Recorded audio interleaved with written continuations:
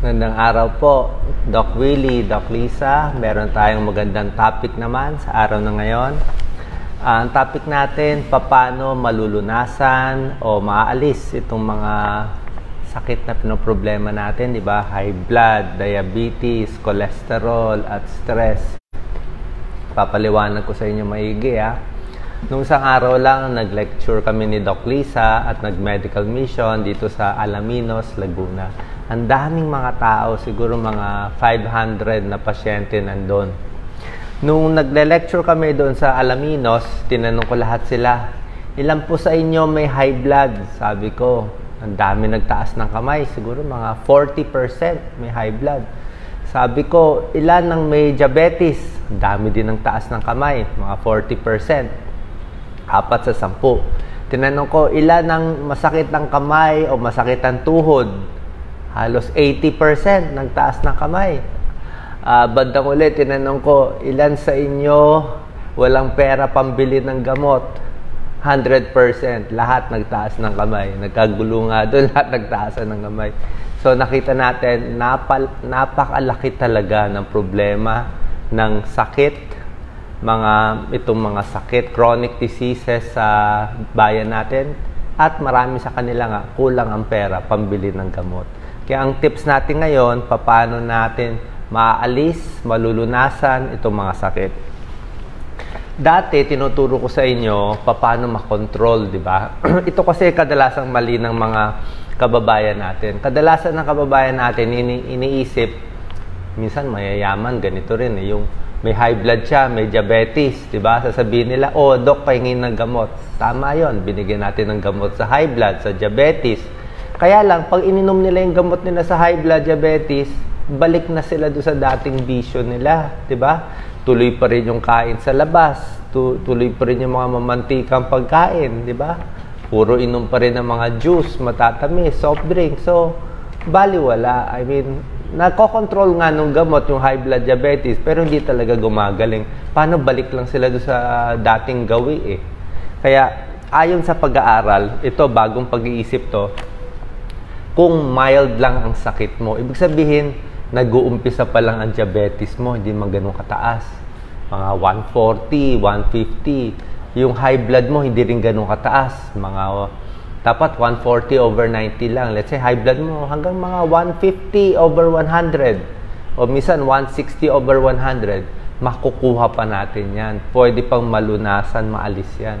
Yung ganyang kabababa. So, pag mild pa lang yung sakit, may lunas. Bibigay ko yung 8 tips para balunasan to. At yung mga wala pang sakit, may lahi lang tayo. Let's say, lahi natin sa magulang, yung tatay natin, let's say, nagkasakit sa puso, na heart attack ng batang edad, 50 years old, 45 years old.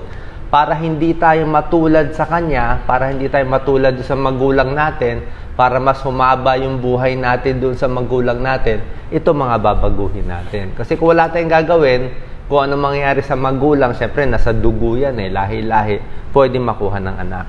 Okay? So, itong gagawin nating 8 tips sa mild, wala pang sakit, di ba? Pero kahit malala ang sakit nyo, sundin pa rin natin to, pwede pa rin to. 8 tips ha. Number 1, simple lang, tubig ang iinumin. Tubig lang. Hindi lang tubig lang. Anong sabihin ng tubig lang? Tubig, mga 8 to 10 glasses ang iniinom ko araw-araw Actually, ako, mga 3 litro na inom ko 3 litro. So, tubig ang iniinom ko. Hindi juice ang iniinom ko. Alam ko, iba mahilig sa juice.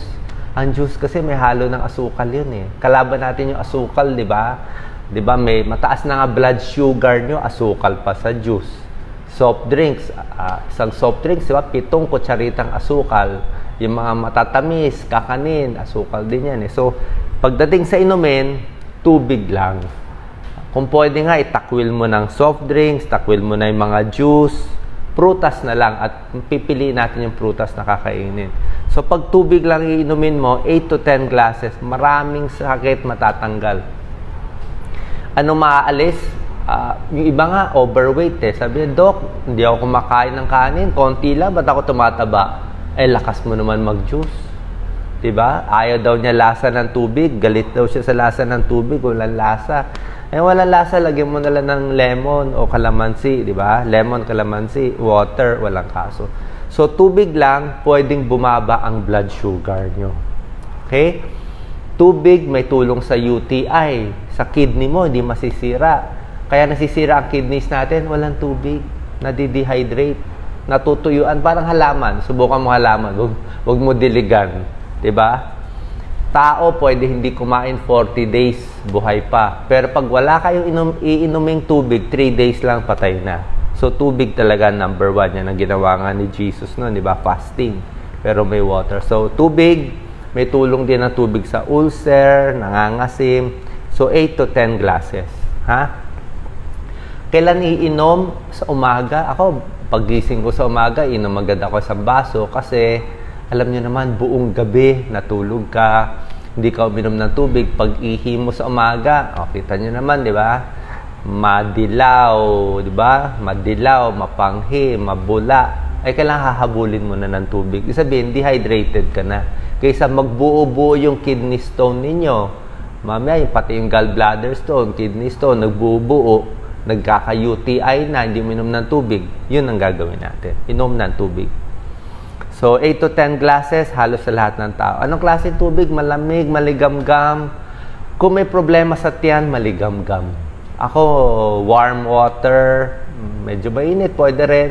Ako, hindi, maligamgam na lang. Kasi, ang malamig na tubig, lalo na sa aming may masakit ang tiyan, irritable bowel, pag sobrang lamig, kukulo yung tiyan mo eh. Yung muscle sa tiyan mag-i-spasm. So, pwede kalahating malamig, kalahating maligamgam para hindi ganun kalamig.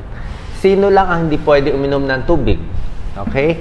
Ang magbabawas lang ng tubig, yung may heart failure. Bihira lang to, yung mahina ang puso, 2D echo, mahina yung ejection fraction, mga 30%, manas na yung paa, may tubig sa baga, yung magdadialysis na, talagang yung papunta na, stage 5 kidney failure, hindi na umiihi, di ba? Yan, yung kidney failure, yun ang hindi na pwede uminom ng tubig. Pero para nga umiwas sa kidney disease, di ba? Ang turo ko sa inyo, kailangan maraming tubig ang inumin. Yung iba, sasabihin ninyo, I'm sure ilagay nyo, post nyo po, comment nyo, ilang basong iniinom tubig nyo araw-araw. Karamihan ng kababaihan, 3 glasses a day lang. Diba? 3 baso lang iniinom nyo. Diba? Huli ko yun eh. Hindi ko kayo nakikita, pero alam ko na, 3 baso, 4. Eh, Doc, ayaw daw niya uminom, sabi nung isa, kasi ihi daw siya ng ihi. Naiinis siya pang ihi siya ng ihi. So, ayaw niya uminom. Dapat nga po, papasalamat tayo sa Diyos na umiihi tayo. Every time pumunta ka sa banyo, lumabas yung ihi, mag-pray tayo. Praise the Lord. Diba? Sabi nga ni Dr. Richard Mata sa dengue, turo niya, ang ihi ng ihi ay wagi. Alam mo bakit? Yung tatay ko dati nagkasakit bago siya namatay. Tinawag ako nang bago siya namatay. 8 hours hindi umihi yung tatay ko.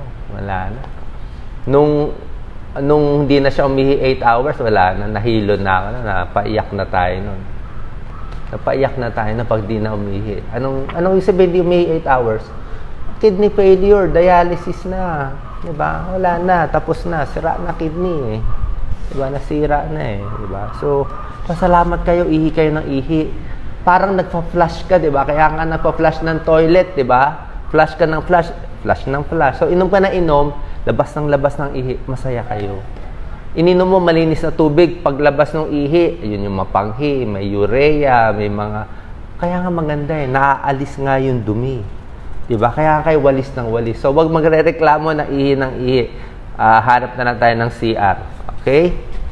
Tubig, number 1. So, 8 to. Number 2, diet.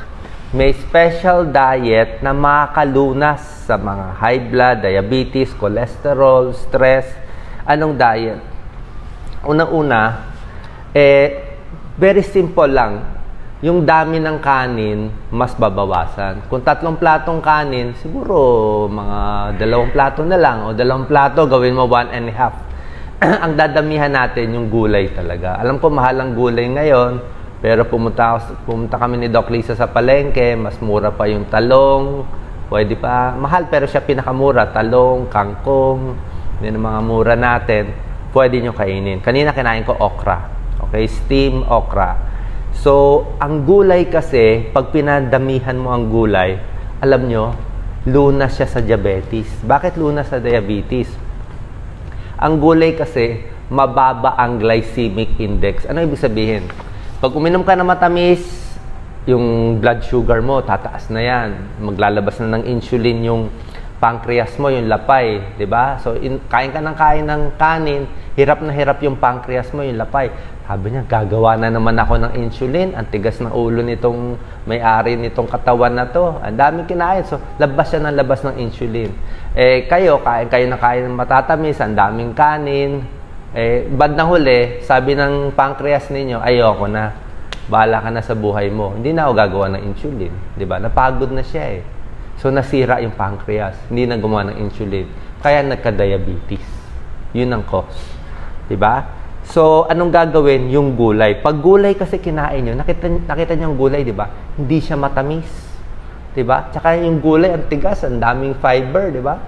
Hirap kainin. Yung gulay, diba? Lalo na yung pechay. Diba? Pechay, diba? Pag kinain mo yon, kahit isang bowl kainin mo ng pechay, ang bagal lang pagpasok sa katawan. Yung blood sugar mo hindi tataas. Hindi tataas. Maganda ang pagdumi.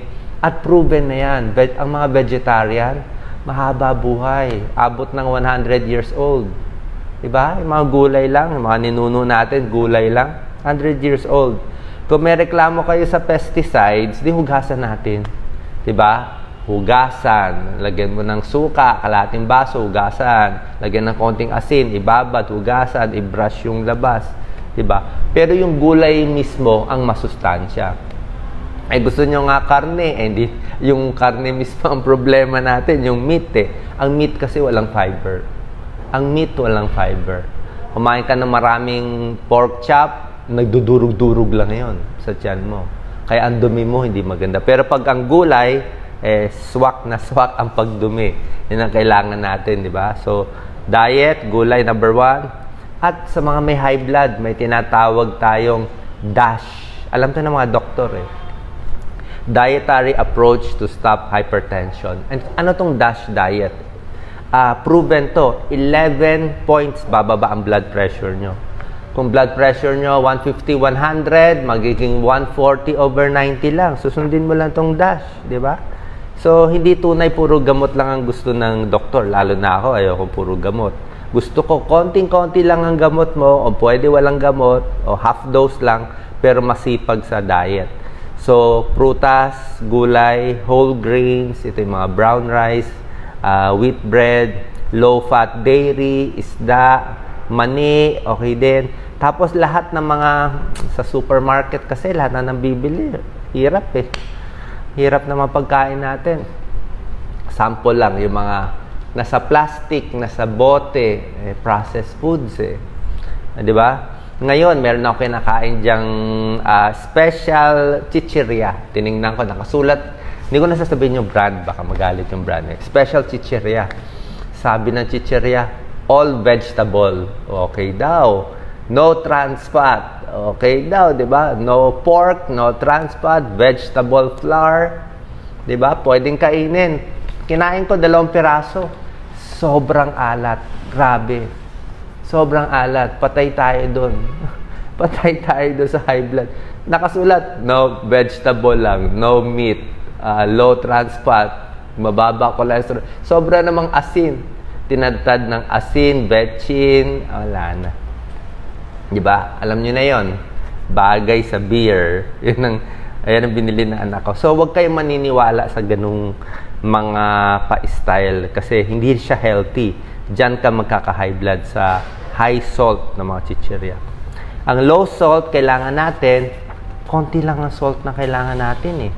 Ang Pilipino, ang average, pinag-aralan to ng FNRI, 4 times yung alat natin. Kung ang alat natin dapat, 2 grams a day, kinakain natin 8 grams a day. 8 grams a day. Isa pang problema sa alat, yung mga tuyo, daing, konting bawas, konting ingat ha. Tuyo, daing, maaalat na isda, yung fresh na lang na isda. Kasi yung masyadong tuyo at mga daing, ayon kay Dr. Meredith Garcia, magaling na cancer specialist. Kasama yan sa mga tinuturuan natin na gumawa ng mga post dito sa Facebook, nakakos ng gastric cancer. Hindi lahat magkaka-cancer sa tiyan, pero may pag-aaral na sa sobrang alat ng mga dried fish, na sobrang alat, naiirita yung tiyan eh. Kaya mas mataas yung chance ng cancer. So, iwas na lang tayo konti. Hindi ko sinabi wag kumain, konting bawas lang. Ito po, pinakamaganda. Tanggal ang sakit nyo dito. Pero walang sumusunod dito eh. Simple lang. Magbawas ng timbang. Kasama pa to sa diet. Lose some weight. Alam nyo ba, may isang pag-aaral kalahati ng tao nagpapayat. Kalahati ng tao uminom ng gamot sa diabetes. Uminom siya ng gamot sa diabetes. Pareho sila may diabetes eh. Sino mas gumaling? Okay. Mas gumaling ba yung uminom ng gamot pero mataba pa rin? O yung hindi uminom ng gamot pero nagpapayat ng 7% reduction lang to? 10 pounds lang to? Nakita nila, hindi to sa medical study, 7% lang, 10 pounds lang mawawala sa inyo, lalo na kung overweight, mas gumaling ang diabetes. Mas bumaba ang blood sugar kung pumayat lang. Hindi lang ang blood sugar, blood pressure, bababa. Cholesterol nyo, kalimutan nyo na yung mga gamot nyo. Yung mga simvastatin, atorvastatin, ang mahal-mahal pa. Magpapayat muna kayo. Papayat kayo 10 pounds, pa-check nyo ulit yung cholesterol nyo. Magugulat kayo, pasado lahat. Lahat ng mga asterisk mawawala. At hindi lang yan, pati arthritis nyo mawawala. Bakit mawawala? Anong cause ng arthritis? Timbang eh. Diba? Ang bigat ng tiyan natin, ang bigat ng katawan natin, kaya hirap na hirap ang tuhod, sisira ang tuhod dahil sa bigat. Diba? Na-overload ang kotse natin, kaya nasira. So, lose some weight, low salt, at ito pa. Sinabi ko na, yung mga toyo, patis, mahilig ako sa patis, pero konting-konti lang. Hindi yung patis sa buong plato. O sino, di ba? Alam ko, gawain niya mga bata eh. Buong plato may patis eh. Ngayon, kung may patis man ako, konting-konti, yung pinakakarne na lang or yung isda na lang, yun na lang papatakan mo konti para lang may lasa. May isang diet na ingredient, may tulong eh. Maraming pag-aaral to. Ito yung suka. Sa lahat. Pipili ka na rin ng sausawan, ang pinakamaganda, suka. Bakit suka? Laging suka ako eh. Sukang puti, suka na dilaw. Ang suka, ang dami na pag-aaral, nakababa ng blood sugar. Yan ang pinagsasahog ko sa salad, sa gulay, sa isda. Laging suka. Sanayan ng yung mga iniinom ng suka eh. Nakababa ng blood sugar. Yung glycemic index mas mababa, good for insulin sensitivity, mas gumagana ulit yung pancreas natin. Gaano karami? Mga 2 kutsaritang suka. Ako hindi lang 2 kutsarita ang nakakain. Siguro mga 3 kutsarita. Lalo na pag may salad. Salad ko suka din eh. Okay? Sabayan nyo lang ng tubig. Para hindi, di ba? Yung iba kasi nagiging acidic eh. Pero suka pa rin maganda. Halos walang calories yan, pampapayat. Okay? So, panghalo sa pagkain yung suka, hindi ko naman sinabi, inumin nyo yung buong apple cider o yung sukang o datu puti, di ba? Halo nyo sa pagkain para okay. Number 3, so 1, tubig, 2, diet. Number 3, fiber intake. Kailangan mataas. Di ba? Sinabi ko, mga gulay, mataas sa fiber. Ako, uminom ako ng fiber supplement eh. Yan ang binigay sa akin nung magaling na surgeon, si Dr. Ramon Estrada. Siyempre, meron tayong konting almoranas. Fiber. Pag kulang ka sa gulay, may fiber supplement. Pero konti lang iniinom ko, half tablet lang. Pero kung malakas ako sa gulay, okay na yon. Kahit di na kayo mag-fiber supplement. Vegetable, yung kahit mga munggo, favorite ko yan. Legumes, mani, sari-saring okra ang ma-fiber. Okra, kangkong, sobrang ma-fiber ang kangkong, di ba? Ang palaya, mataas din sa fiber. Patatas, pwede rin. So, high fiber intake, pag mataas ang fiber ng gulay mo, bababa ang cholesterol mo. Bababa. Tsaka ang ganda ng pagdumi. maganda ang pagdumi. Okay? Number 4, pampababa ng blood sugar, pampaalis ng stress. Alam mo na ano yung number 4? Exercise lang, galaw-galaw, 'di ba? Mataas ang sugar mo, paano natin ibababa? Di magpawis ka, magpagod ka. Pag nagpagod ka, ay gagamitin ng katawan mo yung sugar. Pag ginamit ng katawan mo yung sugar para sa muscles, di bababa na yung blood sugar nyo. Di ba? Ganun kasimple. Anong klaseng exercise? Akyat babala na hagdanan, pwede na. Lakad-lakad lang, di ba? Trabaho sa bahay. Ako, everyday nilalakad ko mga 2 to 3 kilometers. Hindi naman malayo, pero 2 to 3 kilometers. So, pag maglalakad-lakad, hindi ko sinabi mag-gym, mahal lang mag-gym eh. Sa gym, actually, to be honest, hindi ko nire-recommend na kung may pera kayo, mag-gym kayo. Mababait yung mga gym instructor, mga follower ko, pero hindi ako hot sa kettlebell eh. Marami ako nakitang na nagka-back pain sa kettlebell. Sobrang bigat. Pwede na yung ordinary exercise, mag-jogging, mag-treadmill, yung normal weights. Huwag masyado yung mga mahihirap na exercise na baka hindi kayanin ng katawan. So, pag nag-exercise kayo lagi, naglalakad-lakad, hindi lang bababa blood sugar mo, mababawasan yung stress mo. Sarap maglakad eh, ha? Nakakabawas ng stress. Pag naglalakad, alam mo para saan po yung pampatalino ang lakad. Magtataka kayo, paano tatalino? May pag-aaral po yan. In-examine nila yung utak. Yung utak, parang PET scan. PET scan, nakaupo, tapos in-scan yung utak, pinalakad lang. Gumanda na yung daloy ng dugo sa utak. Napuno ng dugo yung utak, kakalakad, kaya mas gumagana yung utak natin eh. Ha? So, sa mga ayaw hindi mababa ang grade sa school, ha? Yung mga bata, patakbo-takbuhin mo para gumana yung utak. At ang pinakamaganda sa exercise like walking, dancing, swimming, ang maganda po sa exercise, alam niyo po ano? Pampalakas ng buto. Hindi niyo lakas ng buto ko sa kakalakad. Yung buto kasi natin, ganito po explanation yan eh. Ang buto natin, let's say ito yung buto ng paa. So, let's say ito yung buto.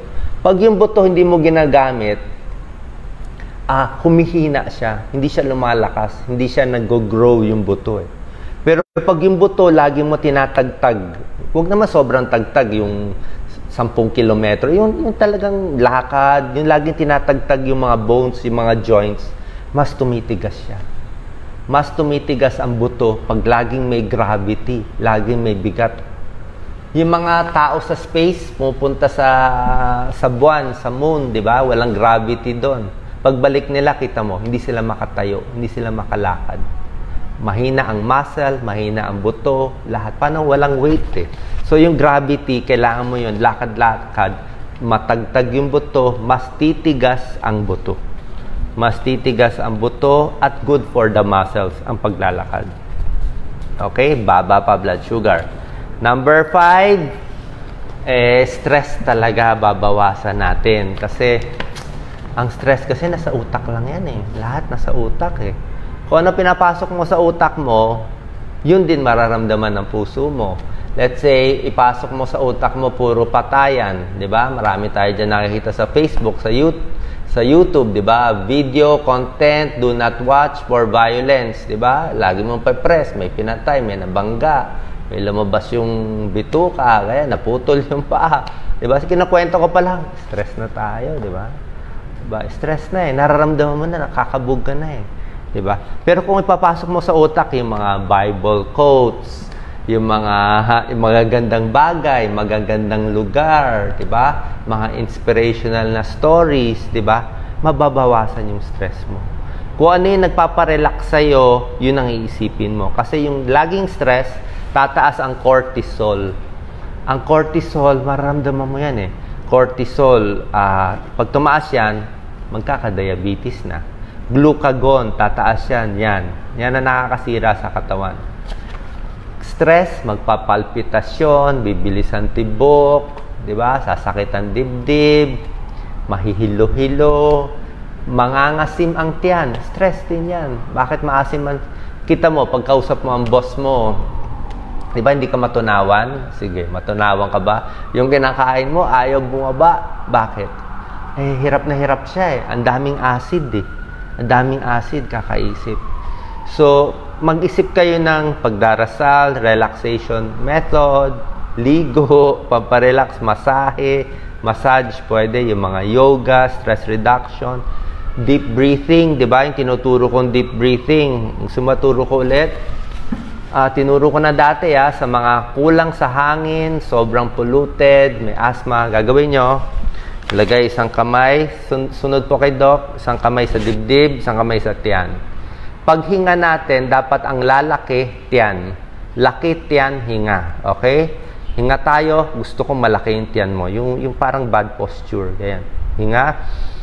Yan, palakihin ng tiyan. Okay? Yung dibdib, konti lang. Tiyan, laki. Pag huminga ka na malalim, pinapalaki ko ang tiyan ko, bumababa ang diaphragm, nag-e-expand yung baga mo. 30% more oxygen. Mas maraming oxygen papasok sa baga pag yung tiyan ang lalaki. Kasi meron tayong malaking muscle sa diaphragm, bababa yan, hihigop siya ng hangin. Yan ang technique sa may emphysema, may asthma. Okay? So, pag na-control ang stress, bawas ang diabetes, bagsak ang blood pressure, okay? Number 6, tulog.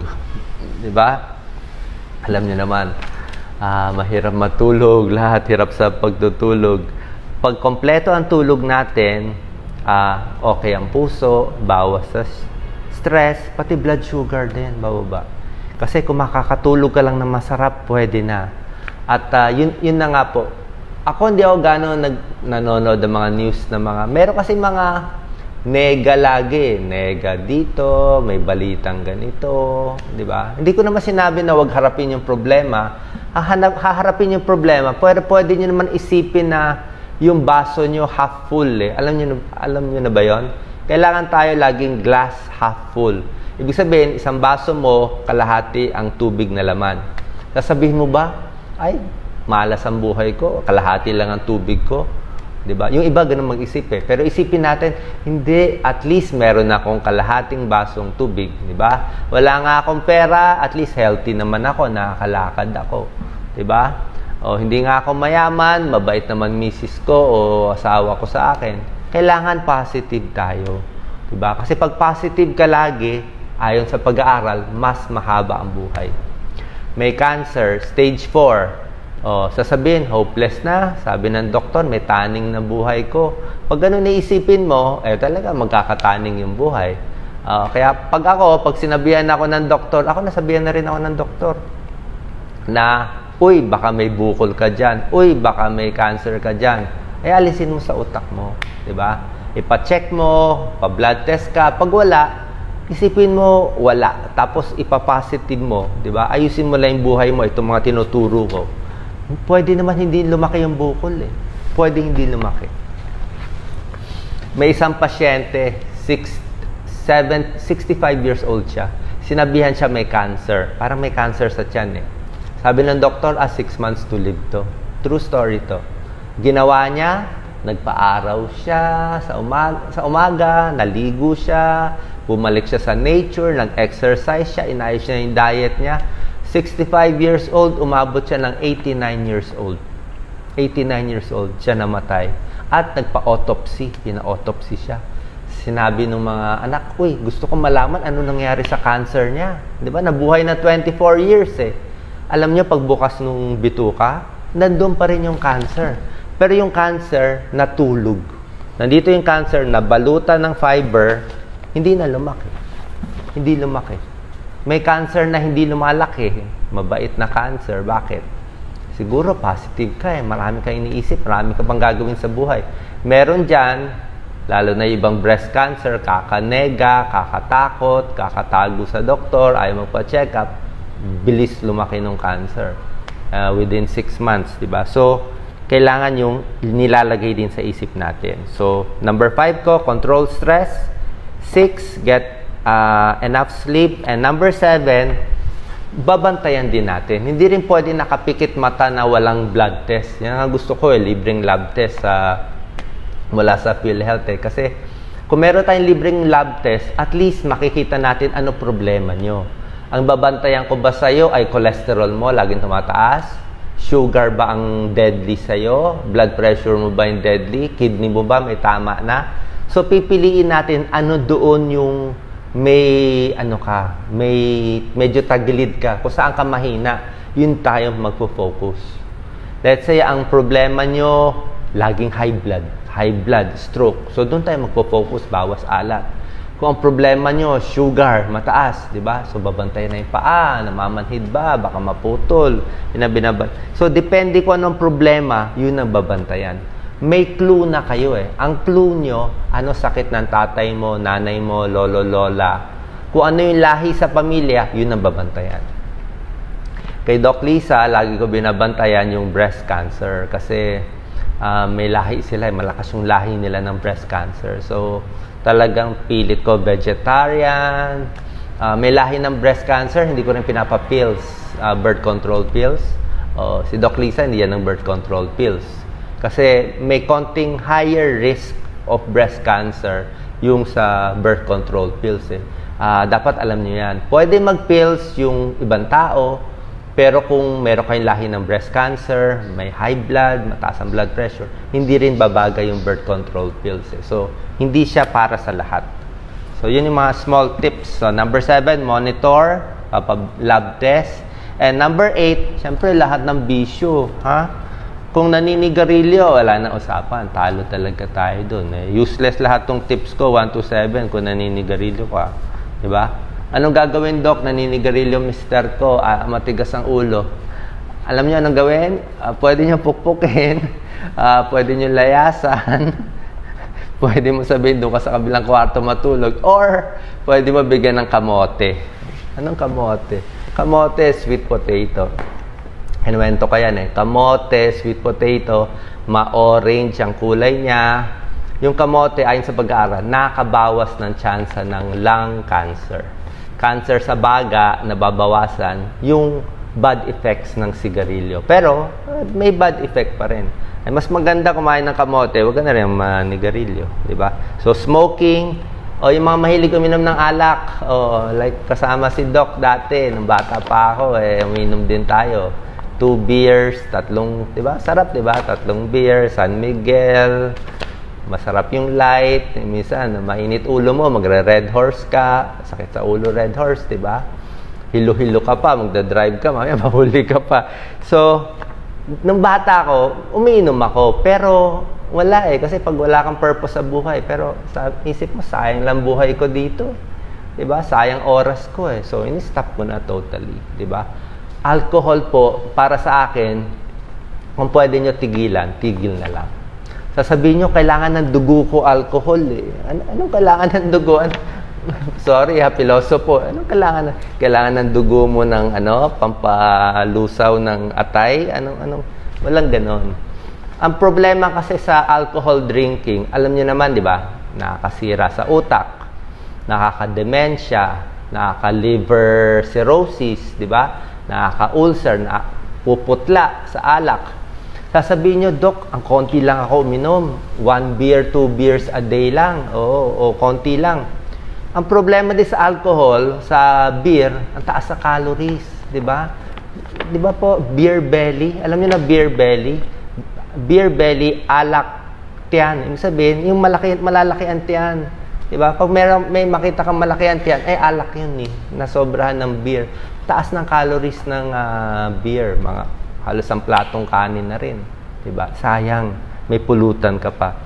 Tsaka, ang isang problema ko sa alcohol, nakita nyo naman, diba? Pag may alak, patayan na, saksakan na, tinginan na, diba? Kakanta na ng My Way, so away na naman. At isang risk, alam nyo ano ang risk factor ng heavy alcoholic ng lasenggero? Ang risk factor para maging lasenggero ay yung occasional drinker. Ibig sabihin, mag-uumpisa ka sa patikim-tikim 1 to 2 beers, di ba, pamparelax, tapos magkakaproblema ka sa pamilya. Mag-aaway kayo ng misis mo, dun mo na dadaanin. Babanatan mo na ng hard drinks. Bakit? Sanay ka na sa konti eh. Pero kung hindi ka talaga umiinom ng alak, o di ba, nagka-problema kayo, hindi yun ang pupuntahan mo eh. So, yun ang risk factor ng nababangga sa sasakyan, di ba? Drunk driving. So, iwas mo lang. Smoking, alcohol, at yung mga bisyo, at ito na lang gagawin natin. Ha? So, ito po, 8 tips pwede malunasan ang maraming sakit. Diyan tayo mag-focus. Kasi kung puro... Tapos, yung mga iniinom nyong gamot, para sa akin pag susundin nyo tong 8 tips, kung ano man dosis ng gamot nyo, hindi ko sinabi tanggalin agad, pero sa tingin ko, in 2 weeks, 3 weeks, pwede nyo na hatiin. Pwede nyo na mahati. Kung ang gamot nyo sa diabetes, ang dosage, let's say, metformin, 3 times a day, baka maging 2 times a day na lang. Kung glycoside nyo, 2 times a day, baka once a day na lang. Kung ang amlodipine nyo sa high blood, 10 milligrams, o baka 5 milligram na lang yan. Maibababa natin na maibababa. Mas mababa dosis ng gamot, less side effect. Less side effect, mas maraming benepisyo sa inyo, at mas maganda.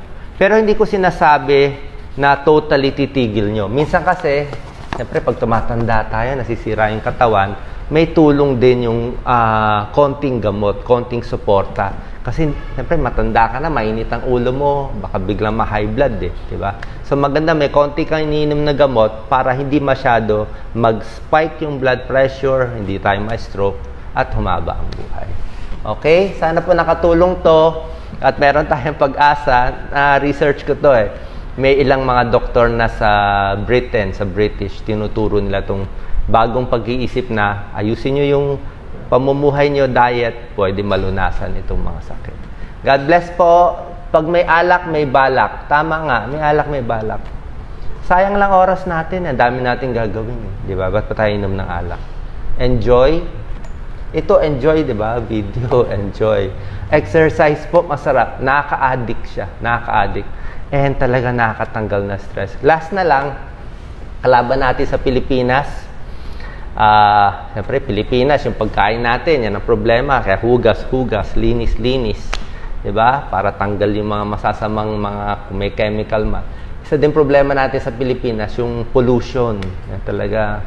Kaya, kung meron kayong mga puno, magtanim na kayo ng puno, paligiran nyo yung bahay nyo.